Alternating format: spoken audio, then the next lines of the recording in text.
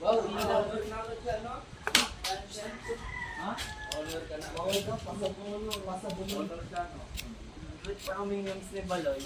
Kaya sabi sa akin ni Baloy, English daw. English lang yung ano ko, English. Wala.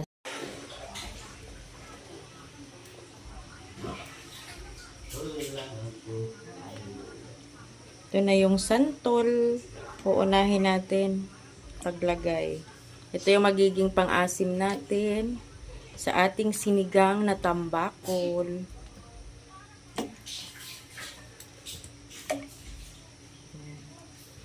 Damihan natin para lasang-lasa yung asim.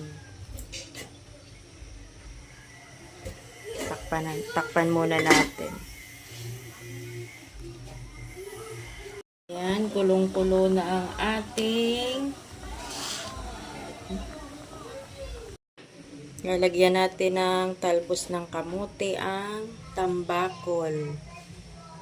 Gagawa tayo ngayon ng sinigang sa santol. Nakita ko lang tong recipe na to sa YouTube. Masarap daw, kaya meron dito sa aming puno ng santol. Naisipan ko magsinigang sa santol din. Trinay ko yung tambakol din. Lalagyan ko ng talbos ng kamote. Ito ngayon, pinapakuluan ko na yung santol. Yan. Papakuluan muna natin. Antayan natin lumambot. Saka natin ilagay yung tambakol. Yan, luto ng ating tambakol. Then, ilalagay natin yung talbos ng kamote.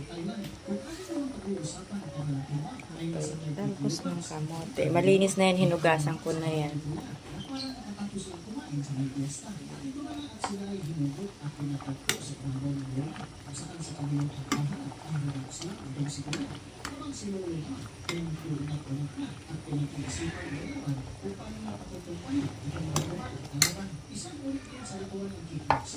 So, mga ilang minuto na lang pwede na.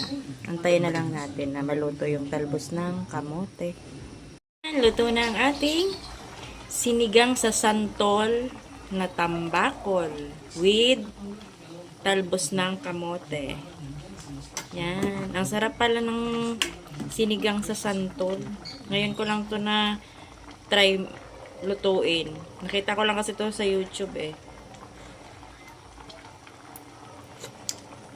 Yan, sarap. Luto na nga siya. Yan lamang po, guys. Thank you so much sa panonood.